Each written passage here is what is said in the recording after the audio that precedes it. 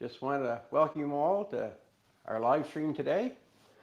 Today we're going to have a little different angle for you. You're going to actually get to see some of the parts we're going to be talking about as we talk about leaf blowers. And it's not just about the leaf blower that you see here.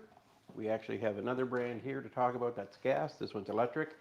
But the fun part about today is we have an Echo model number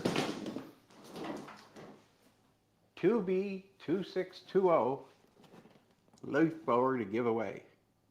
Now this is an awesome machine. It's I'll give you the specs on it as we go through the live so you know what you're having a chance to get.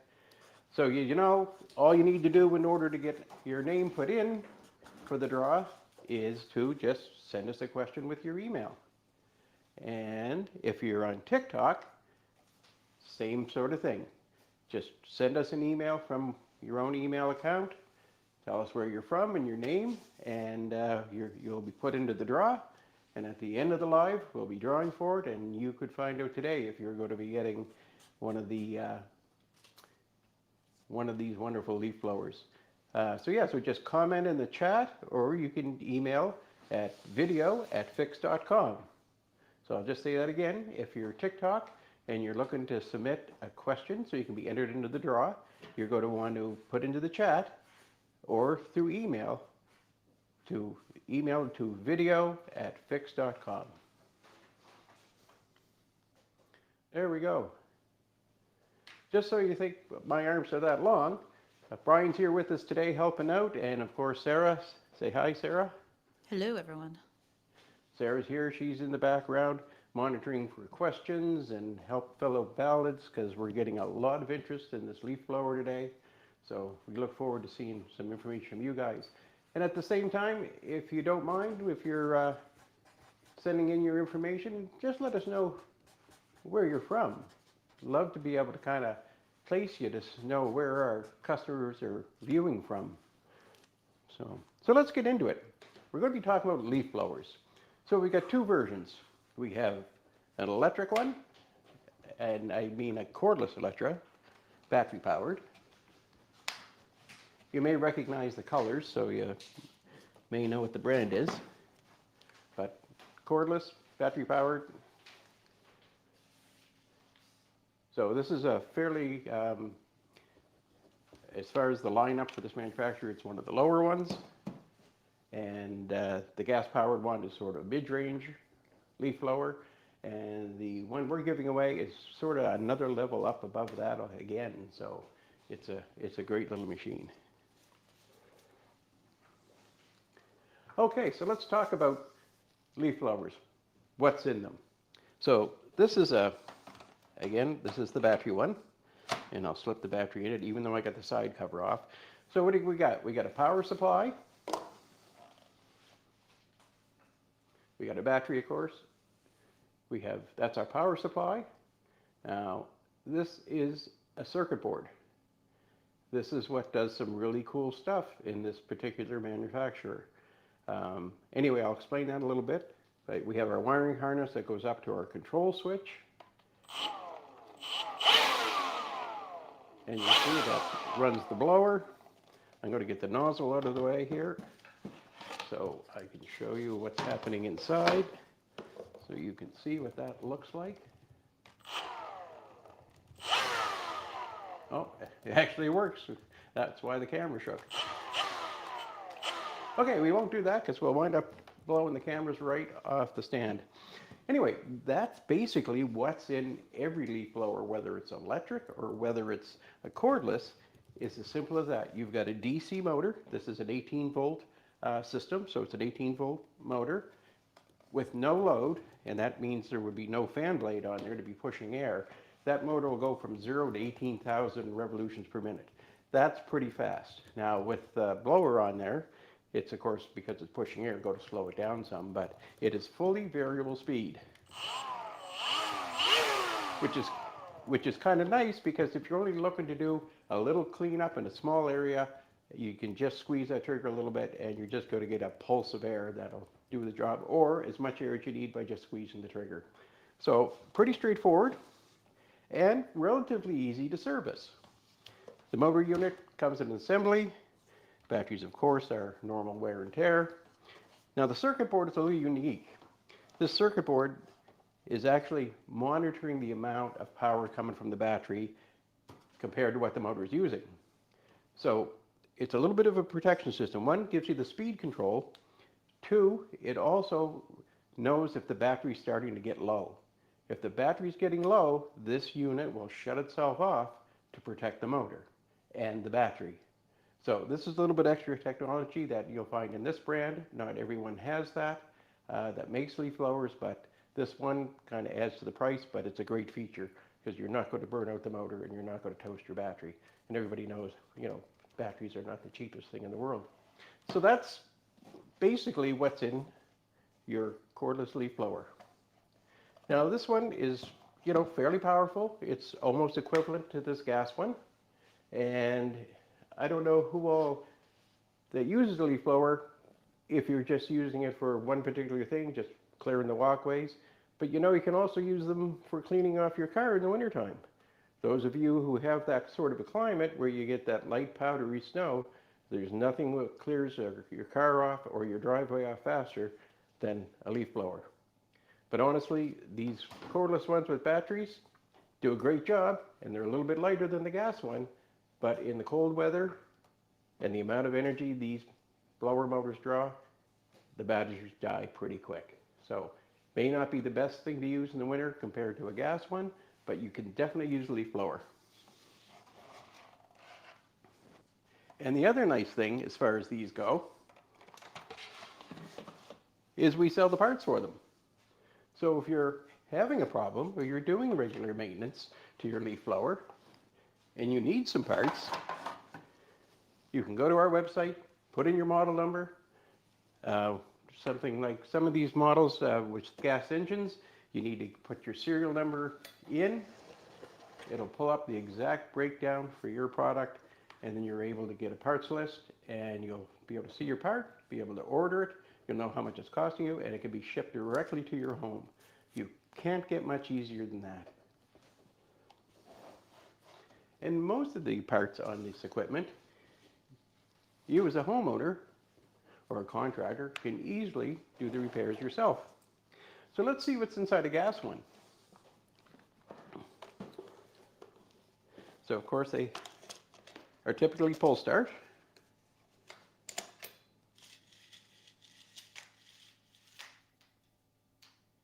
And basically the dogs engage into the flywheel, and that's what turns it. And if you're looking to replace the cord, you can see just how easy it is. You're just simply removing the screws to get at this housing, to remove it from the rest of the tool, and then you're just going to get your new line, and they typically come, if you order by part number, you'll get the proper length for your starter. A lot of folks will change their own cords that they'll pick up somewhere else, and they'll have to cut it, and if you cut it too short, then you get very little cord to pull, and you wind up either damaging the starter or ripping the starter handle apart. So it's always wisest to order the part number for your machine so you get the right length, you get the right diameter of string. If you go too thick, it's going to bind. If you go too thin, it's going to break. So order the right part number. Make sure it's an OEM part number. In other words, you're ordering the same part that the manufacturer put in the tool when they made it.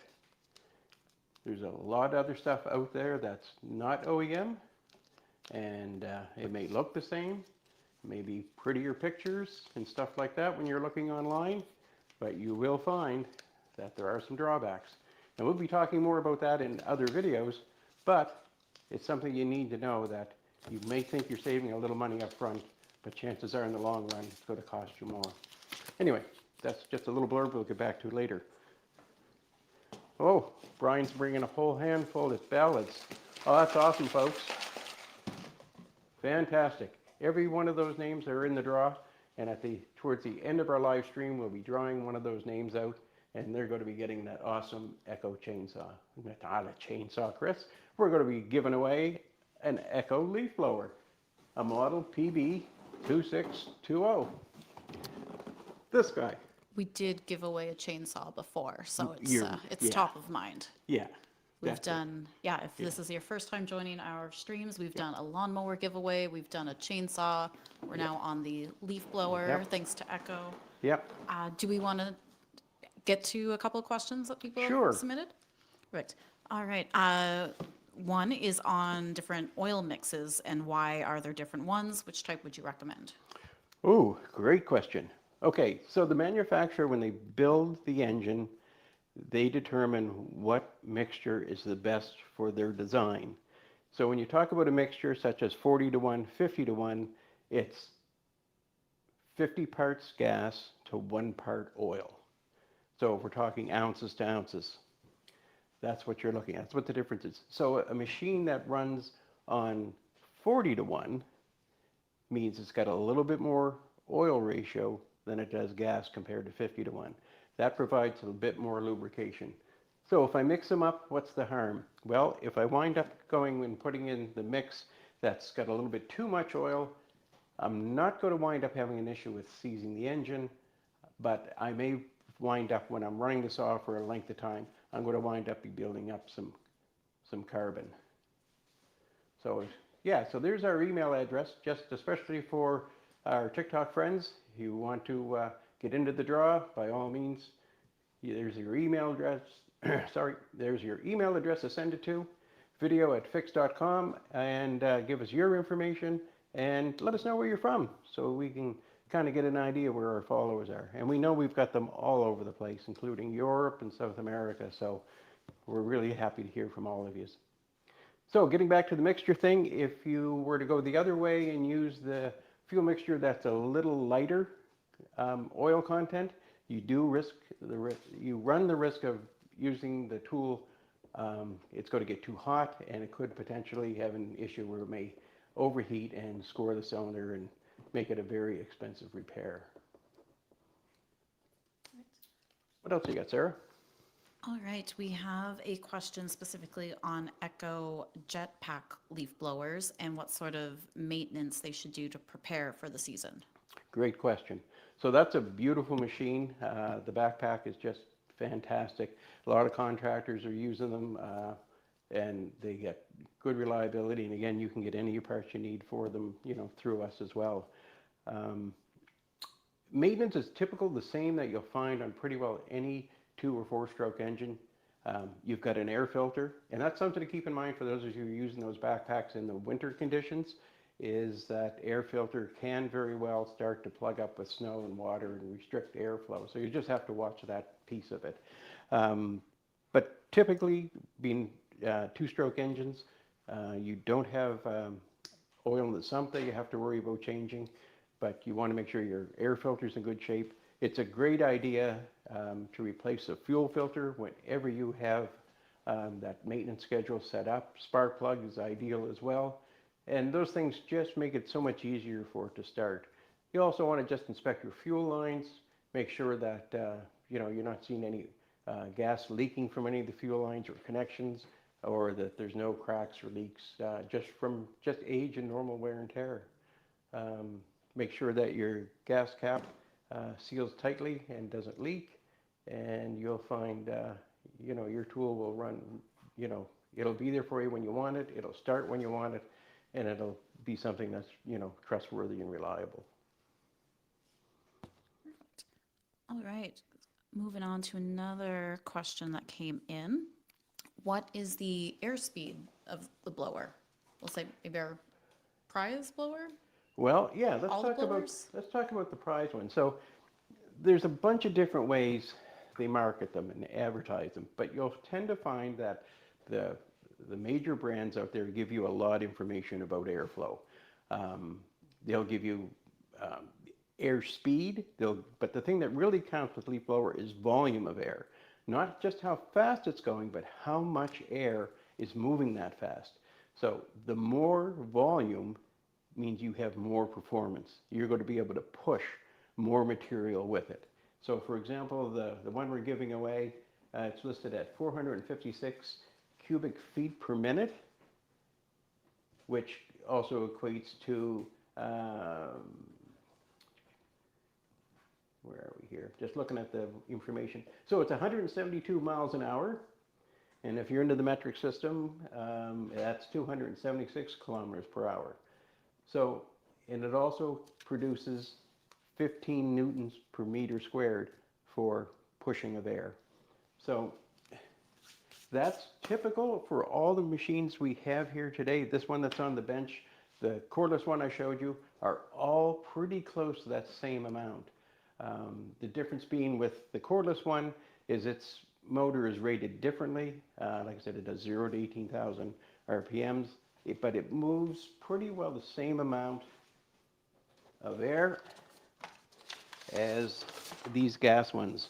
So just for example, this one on the bench is going to move about 425 cubic feet per minute. The cordless one that I showed you does 459 cubic feet per minute. And the giveaway one is 456 cubic feet per minute. So they're all pretty close in the volume that they'll move. Now there's no question, the electric ones, you know, has some superiority where it's a little bit lighter as compared to the gas engine styles, but you're talking about battery capacity. So the gas ones, you're going to be able to do more for longer periods of time before you have to refuel, compared to the battery one where you're going to have to come and swap out batteries. And that too will depend on the size of the battery. Depending on the make, you'll sometimes have options as to how long. So this particular battery is rated at 3 amp hours. So from a marketing perspective, under ideal conditions and everything being what it should be, this battery is supposed to last 3 hours. Now, they also make ones that are 5, they make them that are 6. So there are options. There's even a 1.5, which you would never want to use on a leaf blower. But the idea is you can get more capacity if you want it. Some are just, you know, some of them are 40-volt systems, and they're just one big battery, and they'll be rated for like 3 or 5 hours. So, but the gas ones, certainly for what they hold for gas, most of these hold. Where's my little chart? They hold about the same amount of gas for the two of them. And that's pretty much around small tanks, but about 0.5 of a liter or 0.13 of a gallon. So the tanks are small, but you'll get more performance, longer runtime than you will with the electric. And again, we were talking about maintenance earlier with someone, and inside here, now I do have fuel, so I have to be careful how I tip this, but inside, I don't know if I can get it so you can see the fuel filter. No,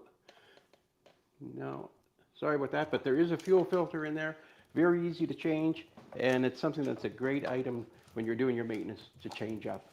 Because a plug filter, you'll get restricted fuel, and you'll get bad mixture, and then you just got a lack of performance. What other question you got there, Sarah? All right. I'm going to switch to some of our email submissions. Let's see. All right, this one is, a lot of times I'll have to replace or clean the screen for the spark arrestor. I'm wondering if it blocks up faster because I'm using a little bit more oil in my gas than it calls for. That's a really great question, and you have actually answered your question. Every saw wheel, you'll get some carbon. Any engine that burns a fuel is going to create some kind of a carbon buildup. But you're right, the more oil that's in your fuel mixture, it's going to create more more residue, more carbon buildup. And most saws, you can take your muffler off and your spark arrestor, and you can clean them, and you probably do that where you're aware of that you've been having the issue. And right, so there's our muffler. Now, different makes use different sizes, a little bit different shapes, but they basically are the same. There's 2 bolts that bolt them on.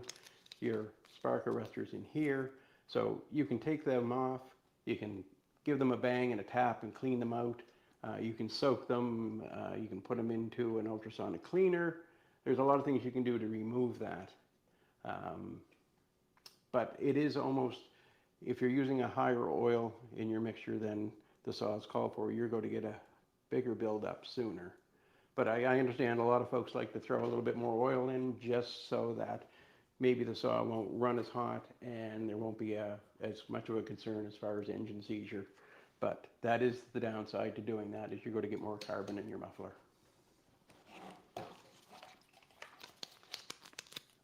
That's a pretty good size blower for a small engine leaf blower.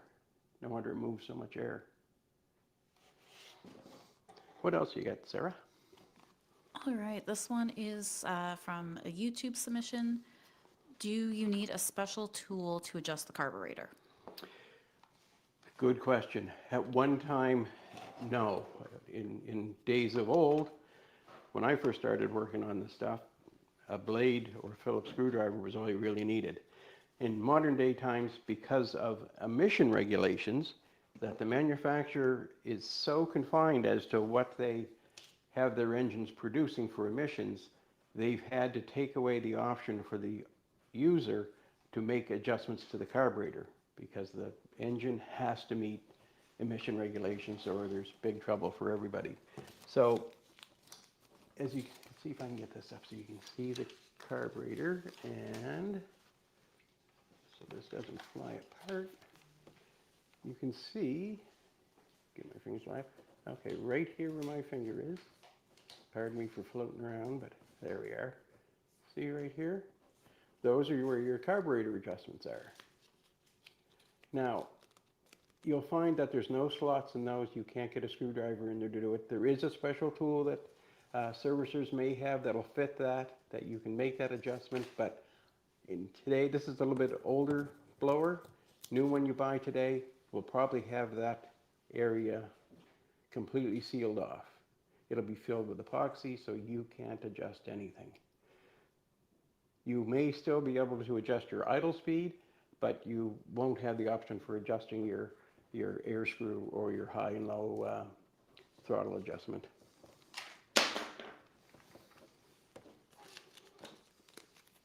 That's a good question, but it is something that's, being dictated to the manufacturer that they can't do that.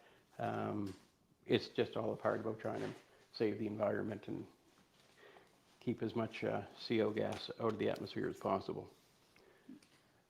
Just so the folks who are joining in now are aware, we are talking gas versus electric and battery-powered leaf blowers. So if you have questions on either type, we are going to answer them, but the model that we are giving away is gas-powered, correct? Yes, it is. Yeah, so it's going to be, gas-powered one we're giving away, but we do have a battery-powered one on the bench to talk about components and maintenance and Get this use and right. care. There we go. Look at that. Is that not a beautiful thing? Who wouldn't want to have one of those? Can I put my name in? No. You Okay. got to ask a question, That was Chris. a nice thought. Yeah, so in order to be part of the draw, you've got to ask a question on the products here. Something else that can be a maintenance item on your gas leaf blower chainsaw weed trimmer is this little guy right here. And that is, depending on the manufacturer, it may be a primer bulb that when you're pushing this, it's priming the carburetor and intake with raw fuel that injects right into the throttle body, or it may be a purge primer in which it's actually pushing air to create enough suction to have fuel being ready for pickup. One, it's got air that's pushing through, the other style is actually pushing fuel. But either way, these over time, they're soft rubber, but they will over time get hard and they'll crack and split, or you'll push them in and they won't pop back out. So when you do that, you just need to change it. It's not an expensive part. Make sure you order the right one for your model number so you're not pushing too much fuel than what you really should, and so that it fits in properly. Very easy to change, and we can pretty well get them shipped to you in a matter of a couple of days. These also have an ignition coil. So this is your ignition coil. This is what has your spark plug wire coming from, going to your spark plug.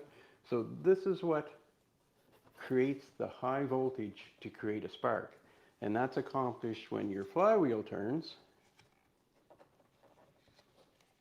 There's a set of magnets on the flywheel.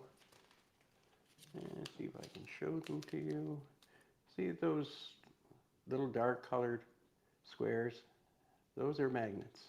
And when they pass by the ignition coil, they create an excitement in the coil that gives you a high voltage that is sent out to your spark plug, and that's what gives you that nice bright blue spark when they go. Ignition coils are pretty strong. You don't have to replace them a lot. If the wire that goes from the coil to the spark plug starts to crack and split, you're going to lose a lot of that electric energy. You're going to get a weak spark, so you'll want to replace it. And that typically comes with the ignition coil.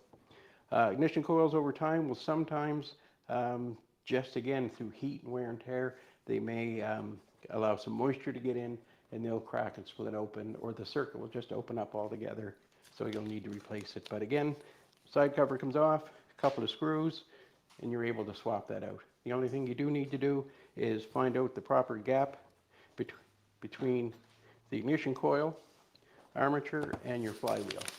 If it's too close, it's going to scrape, and that's not good because you're going to start to damage things. If it's too far away, you're not going to get as strong a spark as you should. So look in your owner's manual. It'll give you that gap distance, and you can just, usually it's just the thickness of a couple pieces of paper, and you can set your gap gauge.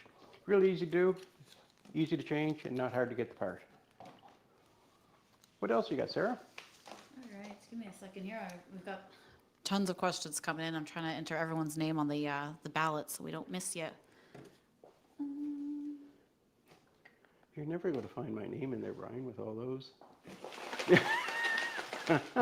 Definitely not going to find mine. Okay, since you've got the gas one in front of us, Yep. how do you change a pull cord on the blower? Oh, great question. And pull cord is probably on, we're talking leaf blower today, but chainsaw or, there we are, chainsaw or leaf blower or weed trimmer. That's your starter. There's your starter rope. There we go. So you can see when you pull your starter rope, it's turning that spool. It's got a set of lugs that engage into the flywheel, and that's what turns the engine. Now the rope basically feeds through the housing down to this spool. And you will, if I can get to it, see where the string comes through and goes into this sprocket. So in some cases you can actually buy it like this, the housing and everything already with the rope on it, and it's just a matter of some screws and you can swap the whole assembly out. Otherwise you're looking at replacing the rope, and I mentioned earlier, if you are replacing your starter rope, it's best to order the correct one for your model. There's a certain length, some are longer than others. If you string it yourself with just the line that you guesstimated as to how long it is, you can wind up giving yourself too short a pull or a really long pull, and will start to bind and go slack inside and cause you all kinds of grief. As well as the thickness of the cord is very important. If it's too thick, it's going to start to bind up as it goes in, and when you try to pull it out, it's going to bind. If it's too thin and not rated properly, it's going to wind up breaking on you. And then what's left of the line just spins around inside, and you're back to doing the same repair again. So if you need a starter rope, and you will eventually, there's no question, every one of these with a pull start eventually needs a rope. So great time right now just to order it up, again, with your model number, and it'll give you the right line, the right size, the right length, and we can send it to you right to your house. Good question.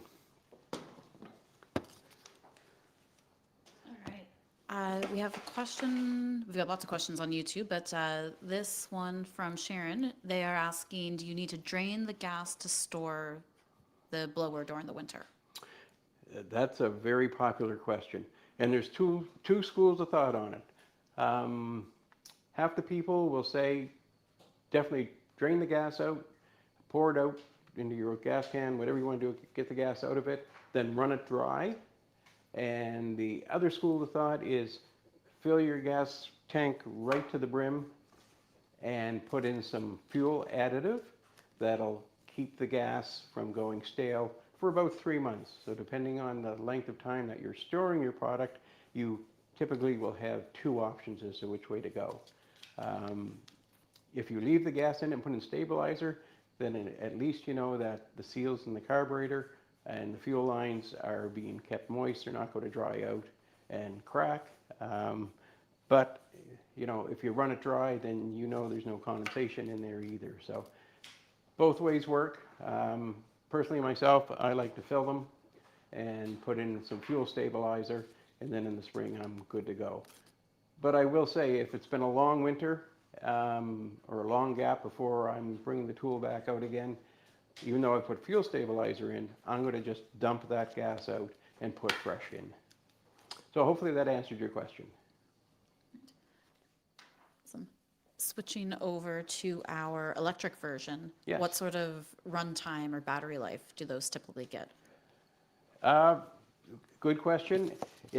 Oh boy, it so depends. It depends on the size of your battery, and it depends on the temperature you're using it in. So as we talked about earlier, wintertime, you're not going to get a lot of runtime on that battery as you would in the summer. And depending on your make and model, they'll have different size battery options that you can go with. So if you've got a large property and you're running it a lot, you'll want to look for the biggest battery capacity you can get for it. And you know, if your grass that you're looking to blow away or whatever, leaves or whatever, are fairly light and dry, then you're not going to be working it as hard, so it will last longer. There's some convenience in using gas because you don't have that worry of batteries failing on you. I run a cordless leaf blower, and you know, I have to make sure I've got my larger batteries, and I keep one in my back pocket because I know I'm going to wind up having to swap it out partway through my job. So things are moving along, and you'll notice that, you know, on screen we got that Echo leaf blower giveaway. Just want to make mention that, you know, Echo's been a great partner with us, and in fact they've made it possible for us to have it as a giveaway. So special thanks to them. We really appreciate their cooperation and help us put these videos together.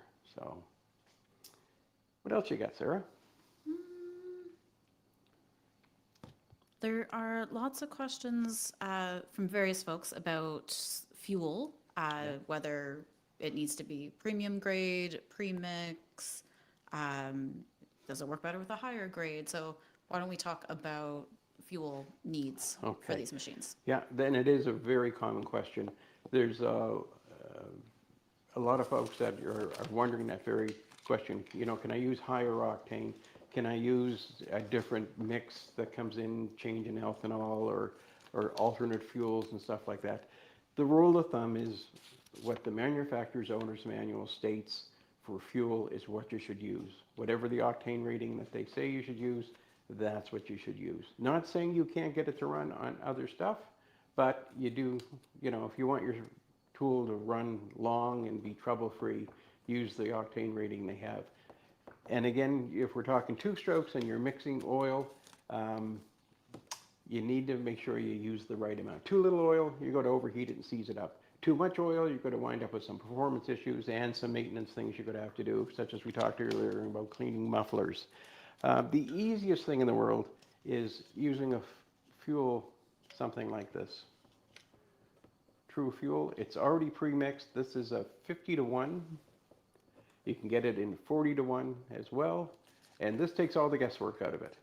Now this is great for, you know, just the average homeowner that's, you know, using the saw for around the camp, cottage, or, you know, maintenance on their own property.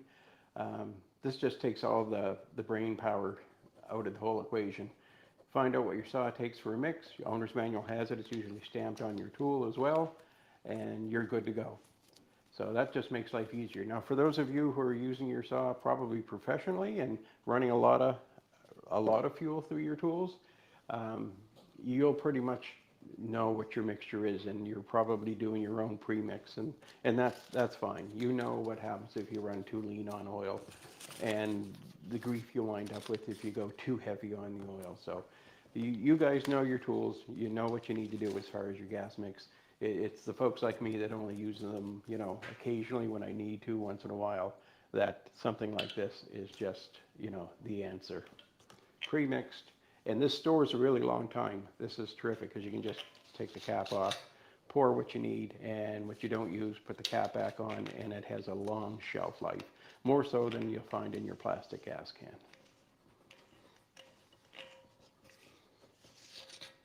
So another thing to mention is, as we're talking about these tools, few screws is all I had to take out in order to separate and open this up.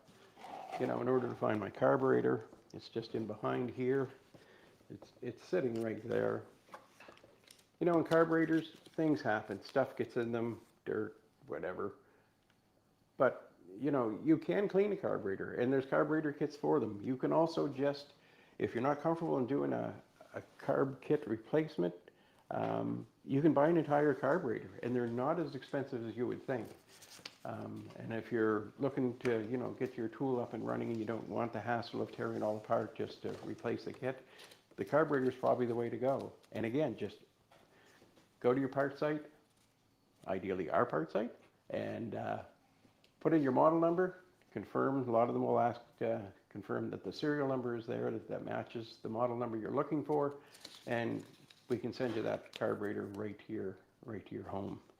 And it's easy to change. You can do it yourself. You don't need to have to take it to a repair shop and pay that additional labor.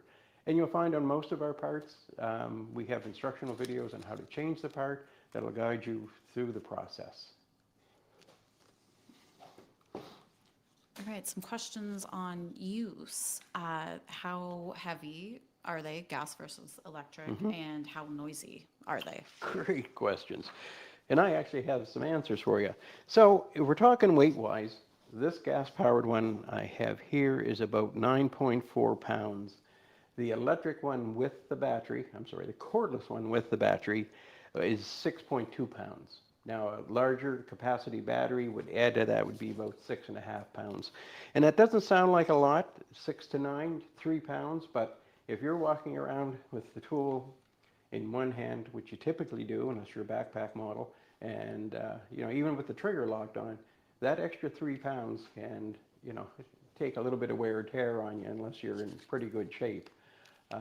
But again, you know, if you've got a large property, you don't have an option. You're either going to have a whole lot of batteries on you, or go with the gas where you get longer run time. And as far as those weights, the one we're giving away is probably the heaviest of the three we have here right now. It's 9.8 pounds. It's 0.4 pounds heavier than what this one is. But it's actually, the one we're giving away is actually the quietest, because that was the other part of the question, is how much noise. This guy right here runs and rated at about 112 decibels. And I test ran it earlier with a sound meter, and I was at full throttle with the sound meter up by my ear. I was getting around 90 decibels. So then I took the cordless one that you see that's all apart, and when it was all together, I did the same test, and the manufacturer rates it at 86 decibels for a noise level. When I did my test with my sound meter again up by my ear and running at wide open full speed at the level that you would typically hold your leaf blower, it was more likely my sound level was down to around 70 decibels. So certainly quieter than the gas one. And for sound level, the one we're giving away is actually the quietest. It's rated from the manufacturer at 70 decibels. Now, I wasn't going to open it out of the box because I want whoever's getting it to get it brand new in the box. But I have no doubt if I was to do that exact same test with the sound meter near my ear, I would be below that 70 decibels, which is pretty quiet. And when you look at the fact that it's a little bit of weight, but it's quieter, And power-wise, it's one of the most powerful. So there's some great technology built into that Echo that allows you to get that kind of performance, but still have that reduced sound level. And you know, sound level is a good thing to be talking about, because any of this gear that you run for a considerable period of time, be it your grass trimmer, your leaf blower, lawnmower, whatever, all that sound that you're having around you while you're working the tool does take a toll on your hearing. You'll notice professionals wear ear protection, and they're not worried about whether they look funny or the neighbors going to laugh at me because I got these red headphones and earphones on, you know, doing my little lawn. The point is you're not going to be damaging your ears.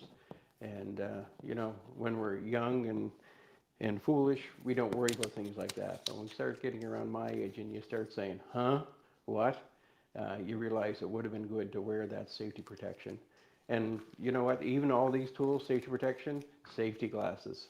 You know, these guys are turning up, what did we say, somewhere around maximum air velocity, somewhere around 120, 130 miles an hour. You get a piece of a twig or a small pebble or stone moving at that kind of speed that ricochets. If that gets near your eye, it's going right into your eye or right through your eye. So again, safety glasses, hearing protection, gloves. Heavily recommend gloves, especially if you're using a trimmer. But leaf blowers as well. It doesn't take, you'll be amazed at how much that's picking up. Even if you're clearing some clippings away and you're in an area where there's some sand, yeah, it'll pretty well sandblast it right back in your face if it's a windy day and you're leaf blowing. So anyway, safety equipment's important. Got a question from an email listener asking, is there ever a need to take the side cover off the blower and completely clean and degrease the entire engine?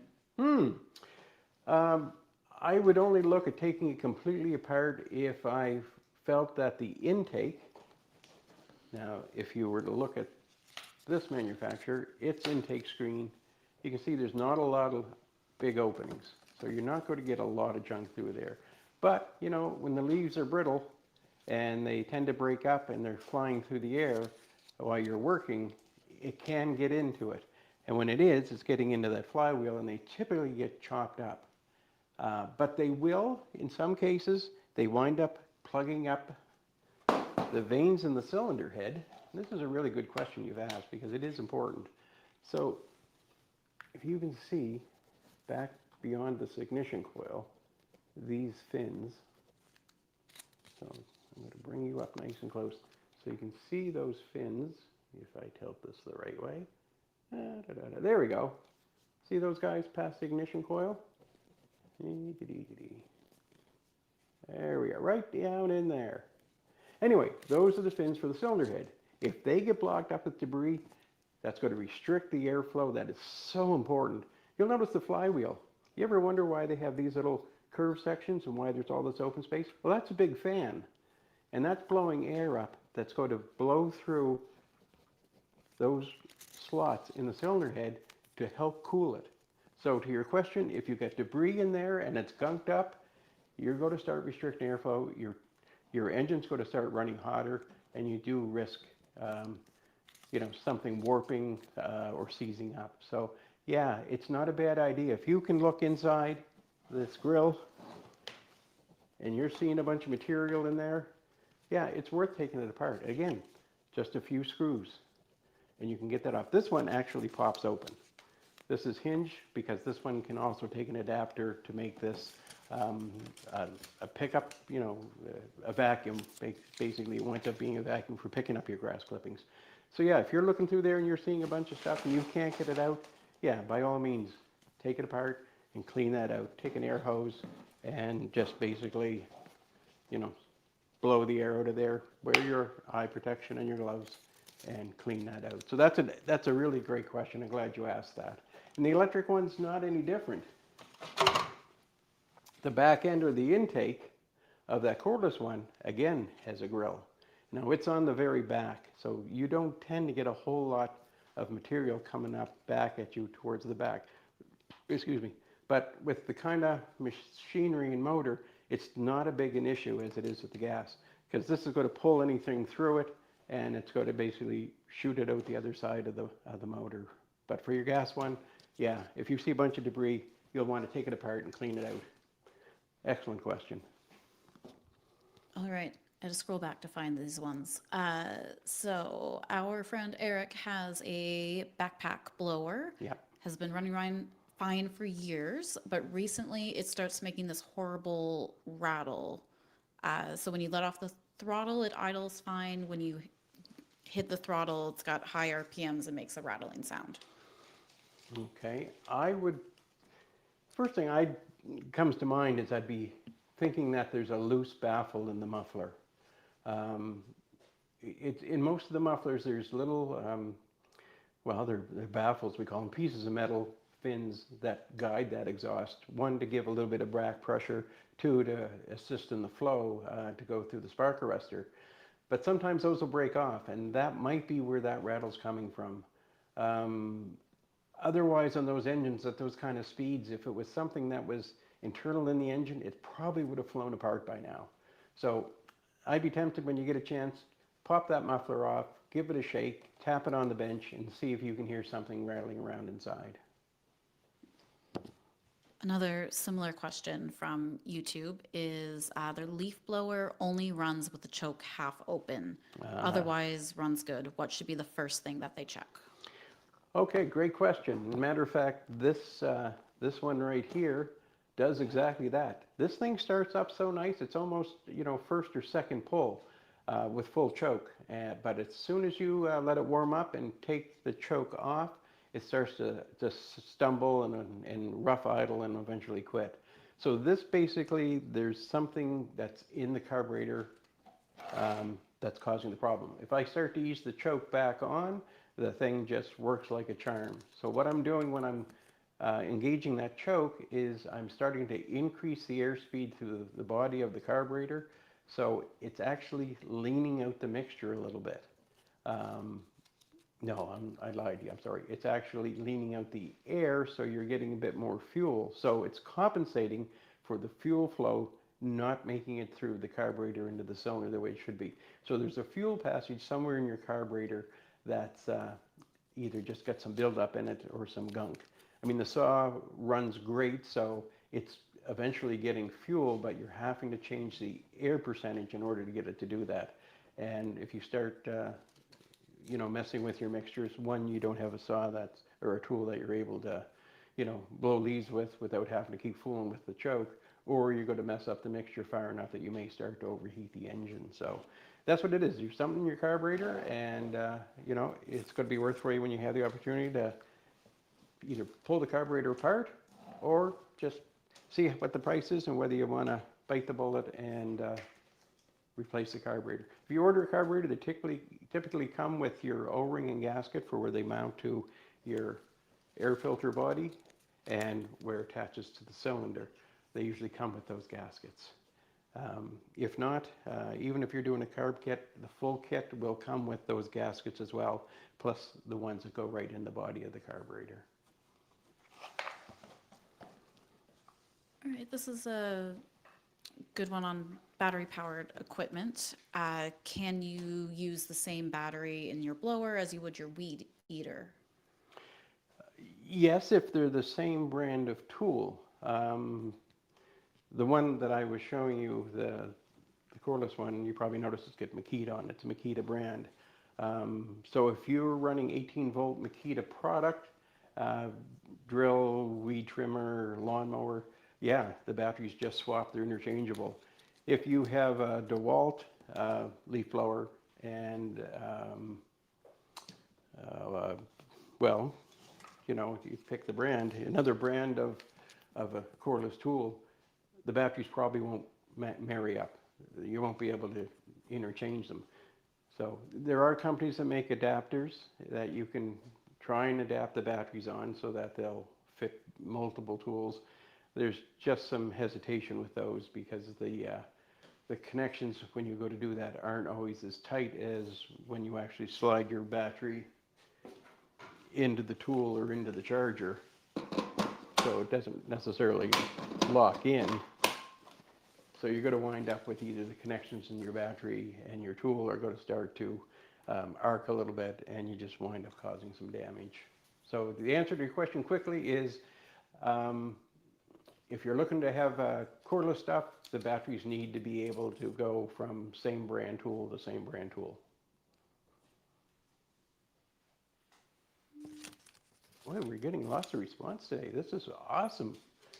And we really appreciate it. I mean, we're looking to give something away, but we really appreciate the participation, because the questions you're asking and we're answering for you, there's probably a lot of other folks that are watching that, didn't even realize that they were having an issue until we start talking about some of the stuff, or whether it's something they could even fix or do. So thanks very much for sending in all these questions. We appreciate the participation. One question we had was, how do you get your blower to start up easier? You're having a hard time starting it up. What are some ways you can get it to start up easier? Well, good question. If it's not starting the way it used to, in order to get it started easier, you have to try and find out why. So are we talking about a poor spark problem? Are we talking about a fuel problem? Is your starters, slipping so that it's not, spinning up as fast as it should when you go to start it? Is the choke not engaging? So that's some obvious, that usually falls under general maintenance. Worst case scenario, you may have an engine that maybe it ran a little, too lean and got too hot, or not enough lubrication, and it may have scored the cylinder, and you don't have as much compression as you should have in that cylinder. So when you go to start it, there's not as much of an explosion when that spark happens. So it just doesn't spin up fast enough to keep going on its own. So yeah, scored cylinder, worn piston rings, overheated engines will sometimes warp the cylinder, so it's not nice and round, it's oblong shape, and again, you start to lose compression. So you kind of got to do a little diagnostic there to try and determine what it is. There's even some models that have split crankcases that over time, just through expansion and stuff, the seal between the crankcases may go and you're losing pressure in the crankcase. That's not common, but it does happen. If you're concerned about the cylinder itself, you can take your muffler off, take your spark plug out, and shine a light in and just rotate your starter, looking into where the muffler is, and look to see when the piston slides down out of the way, if you're seeing a bunch of scores in your cylinder. If it's nice and shiny and smooth, that's great. If you're finding score marks or discoloration like blue steel where it's gotten too hot, then you've got a cylinder problem, probably due to lack of lubrication. We are coming up in the last 5 minutes or so. Oh. I am going to stop reading out questions so I can start writing everyone's names down. Okay. But we had a couple more come in on PPP. So do you need to wear eye protection when blowing grass? Do you need to wear hearing protection when using these blowers? So maybe I'll just have you give another summary on. And that's a perfect question, and it's definitely worth repeating. Yes, you should wear safety protection. Safety glasses for sure. You're talking whether you're trimming grass or blowing grass, twigs, whatever, leaves, there's definitely a risk of something getting in your eye. It can happen so easily and so fast. So yes, for the sake of a pair of safety glasses, and for those folks who wear glasses like I do, it's a bit of a pain to find, good safety glasses that are comfortable to wear, but they're really important. Gloves as well. That debris can just as easily send a small stone or a sliver of wood, especially if you've got a lot of bark mulch and stuff on your gardens. That can come back at you and, drive something right underneath the skin. So gloves, safety glasses, and definitely hearing protection. And that applies to the electric or gas. Gas is a little louder, electric are a little quieter, but you're going to be out there for a while with that steady drone at a decibel level that's, can take a toll on your hearing. So either noise canceling earbuds or, those pretty red ugly headphones. It's worth looking silly and having, you know, even if the neighbors tend to laugh, you know, look at him just, you know, using a leaf blower. I don't put on any protection when I use my leaf blower, but you want to be able to hear in years down the road, so safety protection definitely. And for those who are running chainsaw, even if you're just the homeowner that's, you know, dicing up some small wood and stuff, steel toe shoes, absolutely. And you know what? Chainsaw pants or chaps are not that expensive. And you talk to anybody who runs chainsaws for a living, they'll tell you right up front, it's not if you cut yourself, it's when you cut yourself. It's got to happen. So if you get relaxed or too comfortable or not paying attention, a chainsaw cut can happen so fast, and yeah. So for the sake of the extra price, you know, pair of chainsaw pants or the chaps that you can just wear over your regular jeans or whatever, it's worth doing. It may never happen. You may be one of the lucky ones, but if it does, you'll be glad that you're wearing them. Anyway, more That's the same as- safety gear all the way. It's just like buying insurance. You never want to need it, but you're glad you have it when something That's right. goes wrong. Absolutely. And I'm telling you, a chainsaw scar is not sexy.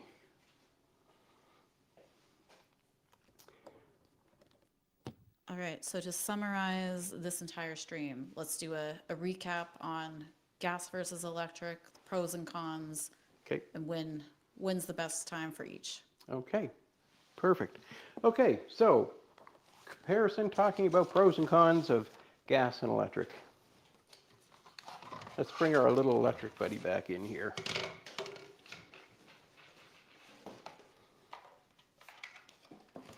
So, electric, lighter, more convenient, less maintenance.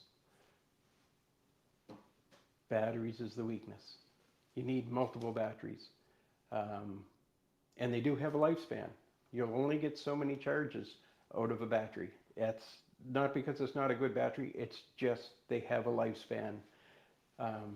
So price involved in batteries, along with the convenience and the beauty of using cordless. Like I said, they're lighter, easy to work with, a little quieter, do a great job. I think they're marvelous with this cordless stuff.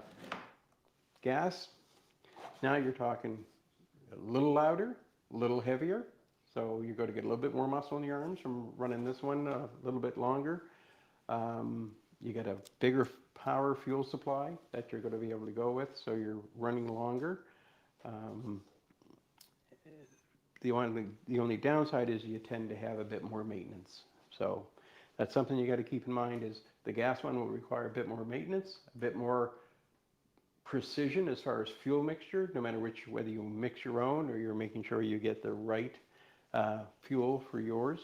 Make sure it's either the 40-1, 51, or whatever your saw requires. Make sure you get the right mixture. So if you're in the contracting world, you'll probably find you're going to be looking at gas all the way, and you'll probably grin and smirk at the electric. But at the same time, I'm finding in talking to folks out in the trade, the guys running the power lines that are out there in the storms that are having to cut down branches and trees off the wires, they're starting to run with cordless more and more because they're lighter and much easier just to throw a battery in to do their little job than be messing around with gas and stuff like that. So there's a place for electric and there's a place for gas, and it's whatever you like. Keep in mind, if you're going with electric, if you're looking to have batteries and you want to consider what other tools you may want to be able to use with those batteries, look at their lineup. Check and make sure that the tools you tend to want to be able to use, be it a weed trimmer, mower, whatever, that you can use those same batteries. It's just, you know, we've all gotten into the situation where we've had multiple brands, multiple batteries, multiple chargers, and yeah, it's just a nightmare. So the other thing to do is we want you to think about subscribing to our channel. If you found this information today useful, or if you have questions on any of our lives about other gas products or a different subject than we're talking about, even whether it be appliances or whatever, you know, by all means, this is a great forum to do it. So, you know, you can find a lot of information on our websites, whether you're looking at partselect.com or ereplacementparts.com.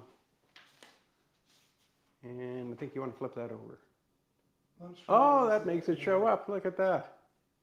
That's why you're the producer. So there you go. That's how you can find us. And, you know, you'll find a ton of information at our sites. Not just about selling you the part, but why you might want to change it, why you probably need to change it, how soon you can get it, what the warranty is. And again, anything we sell is OEM, which means the people that built your product, it's the exact same part that they used to build it. And trust me, if you bought an aftermarket and you hold it in your hand and look at the part that you're taking out and there's a difference in weight, you got to stop and think, why would the manufacturer spend the money to make something heavier?